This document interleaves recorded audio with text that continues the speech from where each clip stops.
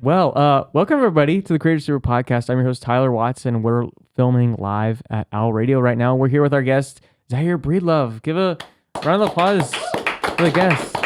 Hit the horn. Hit the horn. The horn. Oh dang, you didn't find. Take your time. Editor, you're gonna have to edit the. Yay! God, the impact that I was really hoping it would be like boom, and it just Yeah, it just all of a sudden happens, like Joe Rogan. editing magic. Yeah, if you're listening to this, it was a perfect, just immediate response time.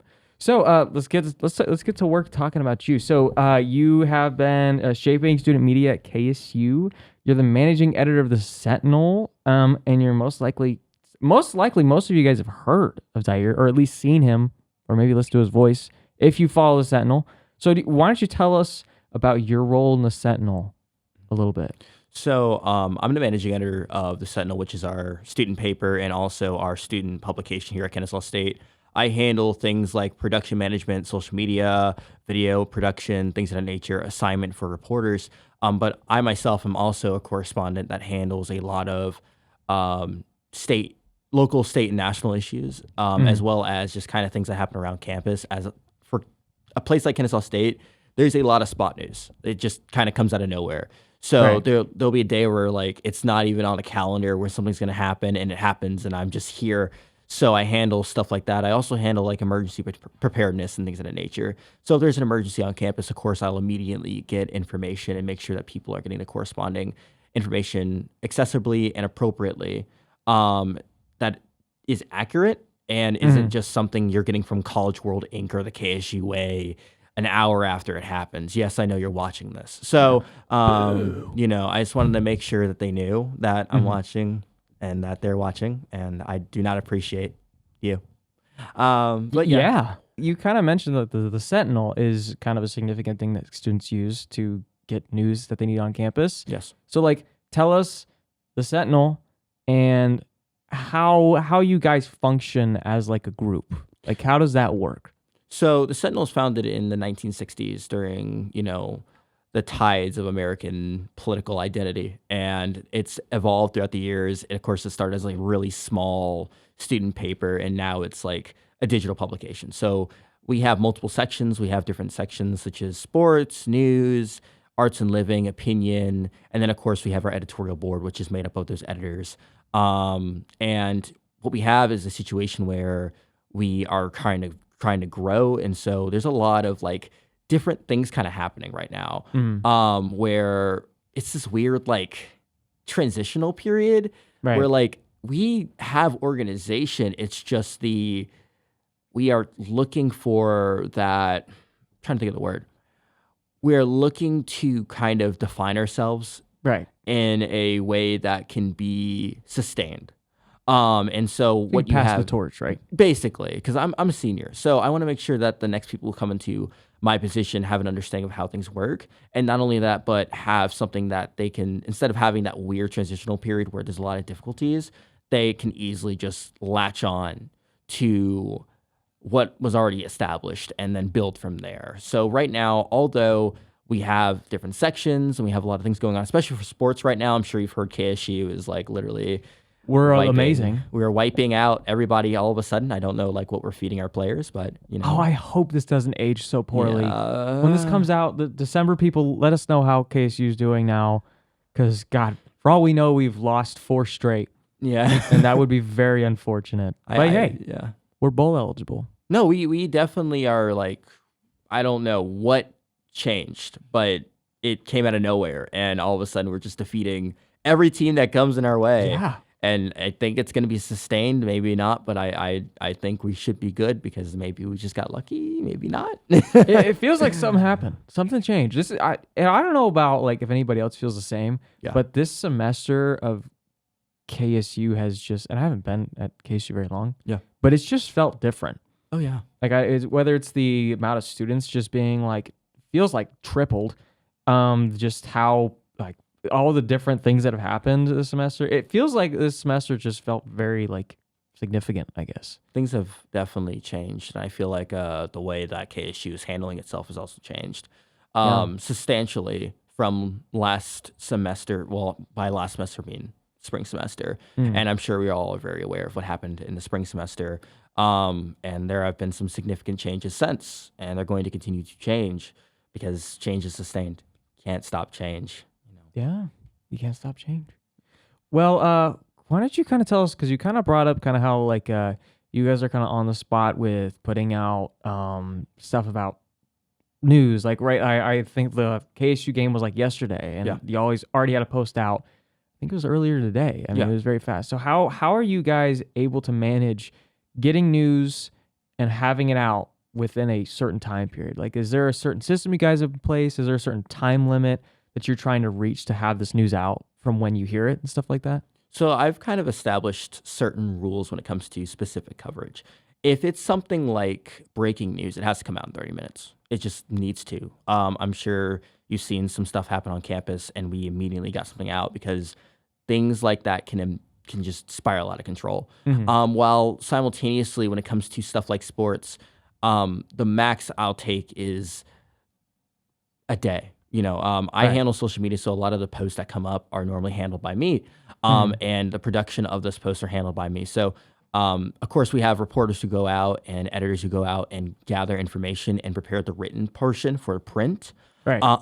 I just handle the social media aspect of that, and also some editing because I'm a managing editor, so I handle editing and also some of the posting as well of that, and pictures and assignments. But ultimately, when it comes to social media, that's my like kind of corner where I handle the creative and the editorial aspect of things. I also handle some of the PR aspects, such as reaching out to people if they have questions or if there's any concerns or comments about the things that we put out or that may be able to be answered by me. Because I feel as if, and this is something I've kind of encountered with other news organizations, there's a lack of communication with the community they cover, and after they get something out, they just kind of don't care. I hate to say that, but I've encountered this recently on their social medias, where they won't really respond to anybody who has questions. And personally, I understand maybe it's because there are certain steps you need to take before you even do that as a company. But personally, for me, I feel as if when it comes to a student publication, you kind of have to talk to people because you're a student as well, and you have to talk and communicate for them to trust you. No one's just gonna blindly follow whatever you put out. You have to show sustained trust. But the system we work by, we use multiple different programs for production purposes, and it transitions from different types of editors. It goes to me, and eventually goes to our editor-in-chief, Devin Woodard, who I answer to. Devin has been great guy. He has been leading us in a really good direction. I mean, he's phenomenal. I got to work with him since last year in November, and it's just been great. And we have a lot of plans in store, hopefully that they can get started. And it's just, it's in itself, it's been an amazing experience. So we try to make things flow quick and get things out as soon as possible. But I am going to say, if we had more people, a bigger newsroom, we would be able to get things out even quicker. But that's just kind of how it goes. So, that makes sense. I mean, you kind of like operating at the amount of resources you have, the amount of people you have. And I also like want to like, again, kind of highlight, you said like kind of being that kind of reaching out to people. I think that's super important because like, I think the one thing I see like with you and the Sentinel is I've seen quite a few posts where either it's your voice you're talking, either it's you directly interviewing people. And I think that gives people a sense of, oh, is this somebody who's reporting on these things quickly and reporting on them and only putting out the facts. And that gives people a sense of, this is somebody I can trust. Yes. And especially when you reach out with people, it makes it feel more like it's something that's working for the betterment of the students and not just something that's trying to get clicks. Right. Yeah, that's definitely the number one goal. We don't care how many likes a post will get. We just care about how many people see it and if it's accurate. I mean, ultimately, you don't have to like the post. We're not asking you to. I don't like that whole thing where it turns into we are looking at sustained likes. We care about, have people seen it and are they taking something away from it? That's what really matters, because that's what people are going to repeat in their social lives, online, things of that nature. That's what really matters. And if you're not presenting important information for people to actually grasp and repeat, you probably shouldn't put it out there. Yeah. It's just really simple. And I think the quality will speak for itself. It's like you'll get the likes. You may not put super clickbaity titles out there and clickbaity headlines and stuff like that, but people will feel like, hey, they're legit. They're actually doing something that's important. Then the likes will come because they'll want to support that, right? Yeah, absolutely. It's up to them. Let's talk about you, though. Let's talk about you as a journalist, because obviously you didn't just stroll up at the KSU one day and said, boom, I'm a professional. So what has been what led to your love for journalism, which I assume you love journalism? Yeah. What led to that? Where were your kind of early beginnings and stuff like that? So I started with covering the Palestinian protests that were happening on campus. Eventually, I was a cameraman, and I did some written content before transitioning to the Sentinel. I eventually joined in March during the height of the Emory protests that were transpiring, and I reported at Emory as well a couple times initially. Of course, that transitioned into me following the presidential election, and I covered Kamala Harris's campaign and President Trump's campaign across the state of Georgia. I was also present when Barack Obama came down to Georgia alongside Kamala Harris to announce his, trying to think of the word, to announce... Endorsement? Yes, thank you. It's been a long day. To announce his endorsement of Kamala Harris in public. And I guess it's been a phenomenal experience. Eventually, I went to the inauguration to cover President Trump's inauguration after he had won the presidential election in 2024. I came back and I continued my journey with Fresh Take Georgia as a correspondent, and eventually worked for the Atlanta Journal-Constitution under UATL and did some local politics here and there. I've done a lot of coverage across Georgia. I'm hoping to continue to branch out. Georgia itself, it's a very interesting state. There's a lot going on, but I feel as if there's also other things happening outside of Georgia, and that's what a lot of people like to disregard who cover Georgia-centered issues. It's like, that's not your world, there's so much more. Yeah, no, I mean, it's kind of one of those things where a lot of what's happening with Georgia doesn't even necessarily mean it's just happening within the state lines. Yeah. Right? There's significant stuff. It's like you live here, Well, what about like journalistic inspiration? Because obviously, I don't know if there's something you look at and you say, that's what I would like to be. Do you have an inspiration, I guess? Oh man. Although I don't have like an exact inspiration, I believe the foreign desk or international correspondent desk for the Associated Press is something I feel really does define like journalism on its highest standard. I mean, the AP itself defines journalism to its highest standard because that's what people go off of. But the foreign desk in itself is so like, it's quick and it moves fast with a passion and gets things done, and it makes little to no errors. I've never really seen a single error made by the foreign desk ever. Sure, of course, there's always going to be, and this is something I always tell people, there's always going to be some sort of inherent bias because people are human. That doesn't mean that they might leave some stuff out or miss something, because we're human. Or there's specific reasons why, but I certainly look up to the Associated Press due to the fact that it has still maintained its values even in a time where press freedoms are being questioned and under attack. And it has not disregarded its standing values till this day.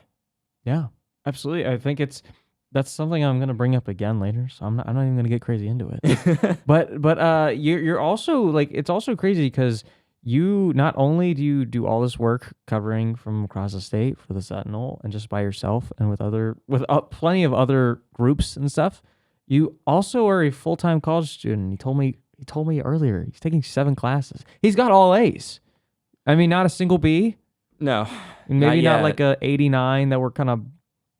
That's pretty dang good. So how would you say you balance? First would be, what is the viewpoint from people who see you, and when you're working with people who are, they're adults, they're in this. Not to say you're not in it already, but they're viewed as they're an experienced journalist. How do they view you? Do they view you as under the same light, or they kind of be like, "Oh, look at this kid," type vibe? Do you want my honest opinion, or do you want my PR friendly I answer? want your honest opinion. I think they see me as a kid. And it's very easy to see me as a child because I look like a child. I dress like an adult. I look like a child. I sound like a child. I mean, I don't talk like a child, but my voice, it's not deep. I don't have a beard. I have a mustache. I look like I'm 14. Hey, you look great. I take myself seriously, and I try to take myself seriously. But I think for professional journalists who are legacy media journalists, I think they don't find value in someone like me. I also don't fit. I don't fit the narrative. I am a African American journalist from a immigrant community. That's the truth.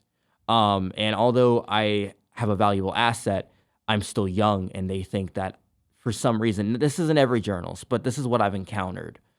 I think there's a connotation that I'm just a rookie and I don't know what I'm doing, and there's like this weird kind of connotation that I have this idealistic outcome for everything, and that's not the case. I have been where other professional journalists have not gone and will not touch.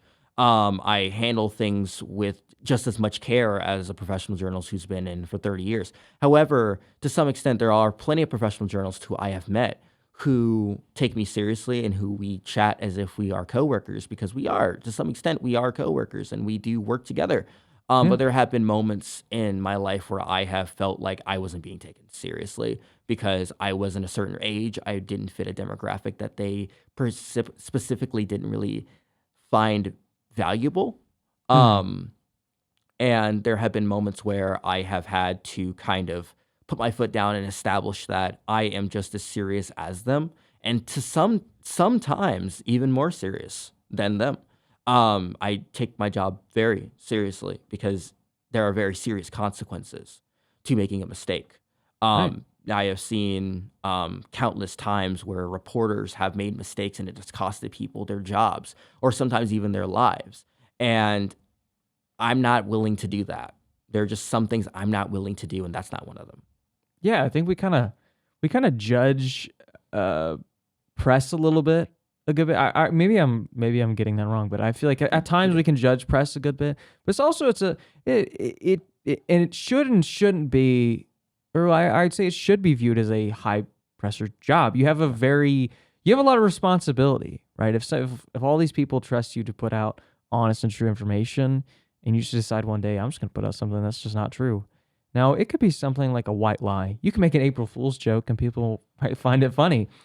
But if you go out there and you blatantly spread misinformation that misleads people into doing possibly terrible things, that's a pretty big issue, And I think it's good to see, and I think that the fact that people might not take you seriously kind of just shows how we have a little bit of a flaw in how we, I guess, not necessarily higher, but how we view each other. It's not the fact of how much experience somebody has. It's the willingness to get experience. And it seems like you have a lot more of a willingness to get experience than the average person. I mean, I would imagine a lot of people aspiring journalists right now are still just getting through college and getting their degree, I actually wanted to comment on that with an institution like Kennesaw State, and I'm gonna rag on this a little bit. Kennesaw State needs to lock in. I'm gonna just point it out there. I know they're gonna be watching this. You got to lock in, and here's why. I should not be meeting student journalists who have no bylines, who have no experience. What is happening? And so it turns into a situation where, is it a situation where they feel like I want to be a student first and then a journalist, or are they not getting the proper resources? Frankly, I think it's the latter. I think the institutional support for journalism at Kennesaw State is not there. I think it's not valued. And that's why we have students walking around thinking that they're going to just get a job straight out of college with no experience. That's not going to happen. I mean, it's just not. You're going to have some really good luck or some really good connections. It's not happening. And so we need to, as an institution, figure something out with pushing students to get experience or making it to where they can have the space to gain experience properly, without risking their finances or their student life. We got to figure something out in that regard. And I'm not sure where we're going to do that or when we're going to do that, or if Kennesaw State even wants to. It should be something that is accessible. That's what college should be doing. I mean, besides just sitting down in a class for an hour and a half, you should be gaining some on-hand knowledge, especially with something like journalism. Like, I get it, sure, maybe if you're if you're getting a medical degree, maybe there's not as many hands-on opportunities, I guess. Yeah, no, I understand that completely. But with journalism, it's like, man, I feel like half of learning it is just doing it. Yeah, right? Yeah, you don't even have to be in a publication to do it. You can do your own independent work. I'm not judging you for doing that, because for some people, it's like, I understand that the job crunch right now, it's hard. I'm not asking you to go out and just immediately get an internship. What I'm asking you to do is try. And for some people, that is just not there. That drive is just not there, and it's very concerning. And they're about to graduate. The people I'm running to, they're seniors, they're like late juniors, and I'm like, my hands are like up in the air. What is happening? Yeah. What is happening? It's very, I feel like it, and this is not to disregard the people, but I feel like it's very easy to stand out nowadays. Like if you go out, and it's kind of like how you're doing. I mean, I feel like, I don't know, I'm not necessarily hiring journalists, but I feel like if I were, you'd stand out, because you're out there, you have published, content that anybody can just go look at and be like, oh, this is what he's done by himself. And that's incredibly valuable, I would imagine, for an employer. And I feel like that's something that all students should see, whether you're like a film major, whether you're in music, art, anything like that. It's like, you gotta do what you're interested in, and let that work with you, and not just the degree. Yeah, no, absolutely. Because a degree doesn't really promise you anything anymore. It's not like how it used to be in the 1990s, where you have a degree, okay, come on. Like, no, it's no longer that anymore. You have to actually put in the work. And I understand people have circumstances where that's just not a possibility. Right. They have a family they need to feed. They have work that they need to go to. They have bills. But I've met people who work 3 jobs who are still managing to put out published content all over the place. To some extent, there's no excuse anymore. Right. There's no, and no one's waiting for you anymore. The world moves quick, and we got to keep moving. Yeah. Integrity. Let's talk about journalistic integrity. Oh, God. So I'm like, I'm just gonna bring out, look at all the fake news you put out now. But I guess I kind of want to tee this up for you to talk about is really, why is that important to you? Where do you criticize journalistic integrity in more larger media groups? And where do you take the initiative on your own to do better? Well, I want to start out with we have seen personally, especially in 2020, what a lack of integrity will do. And we have seen the damage it can cause to broader society, where people on both sides are being fed information that is not true. I think 2024 was another year where it definitely defined how media handles political topics, and how sometimes even small curations to the truth can lead to long-term damages. This year alone, we're seeing it, and it's only we're 10 months in, almost 11 months in. Integrity is important. And to try to spot out every single lie that I have seen on both sides of the spectrum would take us too long. So instead, I'll just kind of summarize this very simply. If a reporter makes a mistake, it's fine. Mistakes happen. We all make mistakes. Right. If a reporter lies, even if it's like the smallest lie, and it leads to substantiating damage, they need to be fired. It's simple as, I don't understand why we are going around in circles trying to justify or make up for a reporter's lie. Or if they don't verify something and they put it out and it leads to long-term damages, they need to be fired. I don't understand what we're debating about. Why are they getting some sort of leeway? You would do it to anybody else. Is it because they generate more money than the other person? This is what I've kind of encountered where I've seen it. I'm not saying that it's a specific outlet. I'm not trying to dog on any specific outlet. I'm just being non-specific. I have seen it, and it's very disappointing whenever I do see it because sometimes it is outlets I generally do enjoy, and then I see it and I'm like, this is just wrong, Right. or it's like there's stuff left out, and I'm like, I think they knew this. I think they just left it out, and it's to their own convenience. And I think social media has kind of influenced that Yeah. to some extent. We have seen social media really play a role in that. And by all means, I don't think a reporter plays that part alone. I think editors who control the production and flow of news stories also play a huge role in um, how production operates. And if they don't catch these things and they don't fix them, because people make mistakes, um, then it falls on the editor. Yeah, they're Ultimately. the first line of defense against poor journalism. I mean, poor journalism shouldn't even be the first draft. Independent journalists hold themselves still to the highest standard of journalism. They just don't have any guardrails of editorial staff telling them what should or shouldn't be said. So they're completely unfiltered. Sometimes that can be a bad thing. We have Right. seen certain things kind of come out of independent journalists where there's some question of should this have even been published at all. However, there's also been some amazing content that came out of independent citizen journalism.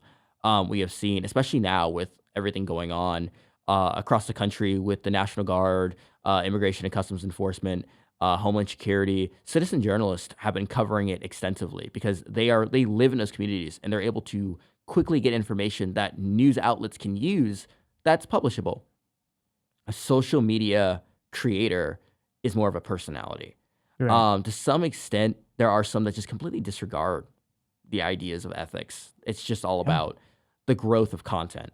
And most independent journalists, although they care about people seeing their content, the growth and the fame is not really something they pursue. When it comes to social media creators, that is like kind of the goal. And that's not a bad thing. But when they coin themselves as journalists, it changes the game entirely because that means you have to follow by the same ethics. And when they don't, it leads to things happening that shouldn't be happening at all. I would bring up specific examples, but I feel like that's just kind of unnecessary. It doesn't do anybody any good. They know who they are. But if you coin yourself as a journalist and you're really a content creator, you need to stop doing it because Yeah. there's going to be a day that's going to come where you're going to open your door and there's going to be someone with a cease and desist letter or a lawsuit in their hands serving you, telling you, you damaged my reputation. I'm giving this letter. You have to report to court. That's not something anybody wants to do. And journalists are held to that standard. Social media creators are held to that standard, but more or less journalists are held far more to standards of defamation and libel more than a content creator. Because a content creator will do what a content creator does, which is create content. Yep. And a journalist, however, tells information. They tell information, they get stories, and they bring it to a condensable audience. Right. Content creators just make content. It's different. And they're also searching for a different goal and how they make it livable, I guess. Like if you're posting, if you're a journalist on social media, your goal might just be to get clicks. You're like, I need to get my follower count up, right? Yeah. Especially on where you're starting from and stuff like that. Which that's not to say that that's bad, but it's like the ways that you go about it. I can like that's a little questionable. Yeah, you can hit all the hot button issues and stuff like that and report on them honestly, and then you get good views because that's something that people are interested in learning. Yes, absolutely. But if you weaponize social media, which I feel like is kind of a harm for our generation, I feel like that's something that's like social media is great because the spread of knowledge is a lot more widespread. It's easier to access information you didn't know previously now. However, there's also any information out there, whether it's true or false. Yes, absolutely. And we're going to see it more as 2026 rolls around and the midterms roll around. We're going to see it. It's going to just kick off. Like I say, straight January, it's going to start. We're already seeing it with Mom Dami and how crazy information has gone about him. Like, for example, there was an instance where people are digging up old audio from 2023, and to some extent, and I don't endorse Mondani. That's not what I'm doing. I am completely apolitical in my professional life. Why are we digging up 2023 audio if it's not relevant to his campaign? That just seems kind of redundant. I mean, there's so many other things that we could have spent our time doing. Why are we digging up old audio? I mean, multiple outlets have done it now, and I'm like, can we not do that? If he's saying one thing, it doesn't matter what he said back then. I mean, do whatever you want with it, but it's like at the end of the day, this is him now. This is what he's running on. These are his policies, whatever, right? Yeah. No, I think to some extent it matters, but I don't think it deserves that much attention. If it's serious, if it's serious audio and that we need, it changes his perspective and his supporters' perspective on everything, that's when we should start looking at the audio. I'm not saying don't keep it to note or don't keep it to be quoted later, but I don't think it deserves an entire news section, an entire section of coverage over old audio. Right. By no means does this mean supporting Mondani in any way. New York is not even something I touch. But by no means, I don't think it's necessary. I think we should just focus on the here and now unless it's absolutely necessary to go into the past. Absolutely. Well, let's kind of get into now. Now you've been doing this for a minute. You've been being a journalist for a while now, and you've kind of gotten some pretty cool experiences, I'd imagine. You've met some cool people. Do you have any favorite moments from doing this that's like kind of been a highlight of your career thus far?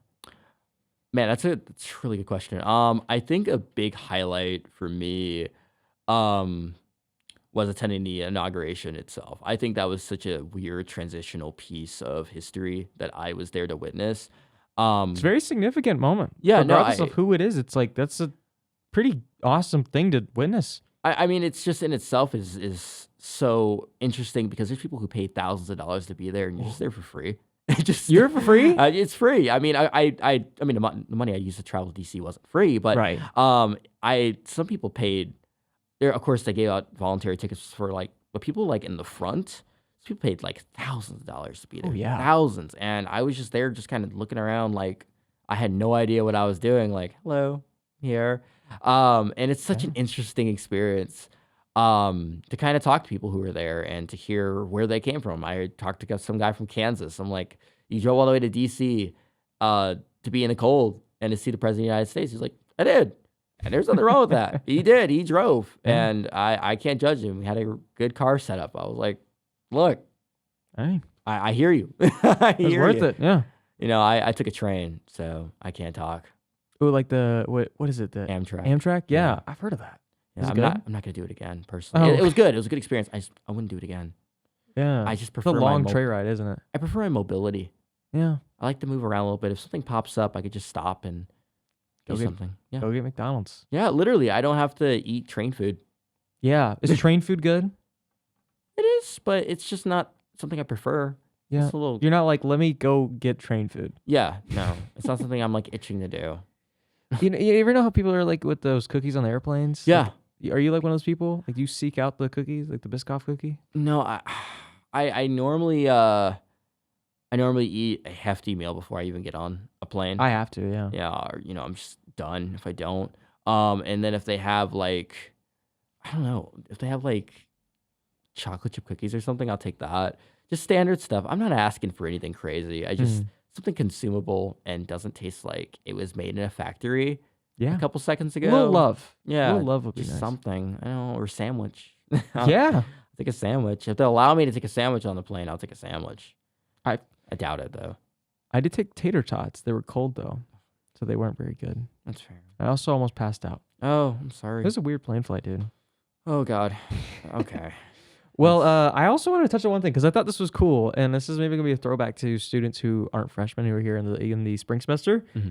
You got to report on one of KSU's few snow days. Yes. Never had. Yes. How was that? What was that like? It was very lonely. There was really? No one there. Oh. It was so lonely. I mean, it was walking around. It was like being in the back rooms, just walking around, and no one was there. I mean, in the day, there are people out, but at night when I showed up, No one. It was like quiet. There were people walking. I hope you know when I brought this up, like Christmas music's playing in my head. I'm like thinking it's gonna be some like holly jolly, like no, dang. No. This is like KSU is such a weird phenomena because once it gets dark and cold, no one comes out. If it's dark and cold and snowy and it's bright outside, people are going to. It's dark, cold, and snowy. No one's coming outside. That's wow. So you're just like, oh, it's a fun snow day here at KSU. Not really fun. No, I missed the fun part. Dang. How's that work? Dang. I was thinking like, oh, this would be a cool opportunity for like a really fun story. But I feel like it's snowing and because obviously we're in Georgia. If you're listening, you don't know we're in Georgia. We're in Kennesaw, Georgia. We don't get snow. We don't get decent snow very often. And I live up closer in the mountains, and we didn't even get near as much snow as you guys did. No, that was crazy. Which was weird. And snow just makes everything better. No, I agree. If it's cold and snowy, I'd rather it be that than like cold and wet. It's cold and rainy today. Yeah. Okay. We're just both in terrible moods today. It's just horrible. I thought it would be sunny today. Nope. It's kind of affecting the recording, to be honest. We might should just scrap this. Oh God, I wouldn't do that. I'm kidding. It'd be really bad if you're like genuinely thought I was being honest and you're just like, I could have been being honest. I guess you want to know. Guess we'll see. I'm not. Look, I can't judge. I can't judge at all. The weather is horrible. It is horrible. Yeah, I wouldn't judge. Well, you kind of talked about how we all make mistakes. So like, have you made mistakes where it can be more of like a funny mistake that you made? Did you have a mistake that you made that you wanted to point out? I guess. Yeah. No. Absolutely. I have to be transparent. When I was reporting extensively on the incident that happened on October 14th, as people will find out, of course, already finding out, but I'm sure I'd rather not go into the specifics of that. I'm sure you're already very aware of what happened on October 14th regarding the arrest of a student and a Charlie Kirk vigil. I had made a mistake on an organization name. So there's two organizations. There's Young Americans for Freedom and Young Americans for Liberty. And you see what I mean? Yeah. And they're very different. But they're under the same kind of bracket of organization. And on the initial post that we put out, we had made a mistake and said Young Americans for Liberty instead of Young Americans for Freedom. I don't exactly remember the exact post, but we had to put out a correction saying, hey, like we made a mistake. We're so sorry about this, in a professional way. Right. Because they reached out. They weren't angry. They're just like, this happens all the time. Yeah. This happens all the time. And I apologized so many times. But they're like, it's okay. Like, it happens all the time. We just want to let you know because it's so easy to flip those names. But, of course, it was resolved. It wasn't really a problem. But it could have been if we didn't catch it or if we had too much of an ego to correct it. Yeah. Could have been a huge issue. Could have been like, well, yeah. You could have easily just been like to them, like, change your name. Yeah. Make it not so. I got to say, personally, like, hey, maybe you should, like, I don't know, rearrange it. Americans, that way. I was going to do Americans for Young, but that doesn't make any sense. No, it sounds like a political candidate. Yeah. Young. Yeah, Andrew Young. I don't know. We got to exist? Is there Andrew Young somewhere? Look up Andrew Young and put his face right. Are you looking this up right now? I was saying Andrew editor's Young. note. Actually. And there's Andrew Yang. He was really popular back in, what was it, 20? Oh, God, it was 20. Was it 2016 or 2020? 2016. I think it was 2020 because I remember. I think it. Someone correct me. I don't want to say that. And it's not. Yeah. That's not a golden word there. He looks like a nice guy. Oh, yeah. Put Andrew Young here. Andrew Young. Put that photo in the documents Americans or the photos. So okay. Okay. Well, there you go. Well, I guess my last question would be: is you've kind of already really talked about a lot of challenges that you've gone through, whether it be being a college student while also being a journalist and kind of being maybe not viewed as an equal in that work environment, and also just learning how to be a proper journalist and do it the right way. Not only just having time to do it, just to do it the right way as well. So what is your advice to other people who are aspiring journalists, and how would you tell them to hype them up, I guess? I think it's very easy for oh man, I've seen so many YouTube videos asking this exact question to legacy reporters, and honestly, some of the answers have been lackluster.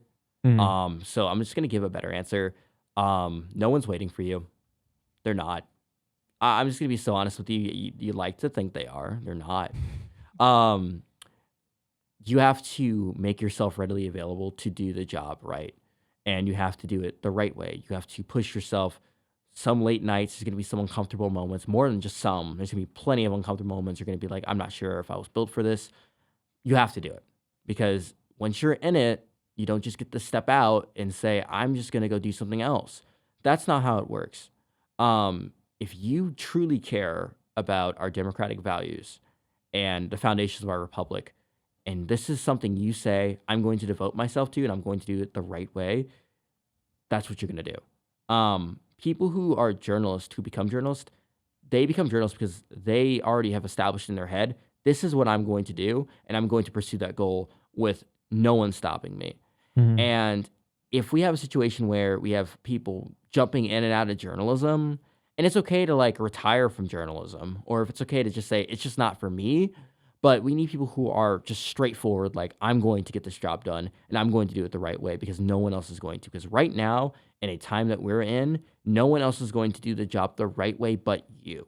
You Mhm. have to put your first foot forward and do it the right way. If that means staying up late at night to understand something, to reread a legal document, or if it means staying out for 24 hours doing a shoot, do it. That's just where I'm at, especially for students. I get we have jobs, we have responsibilities. I have plenty of responsibilities outside of journalism.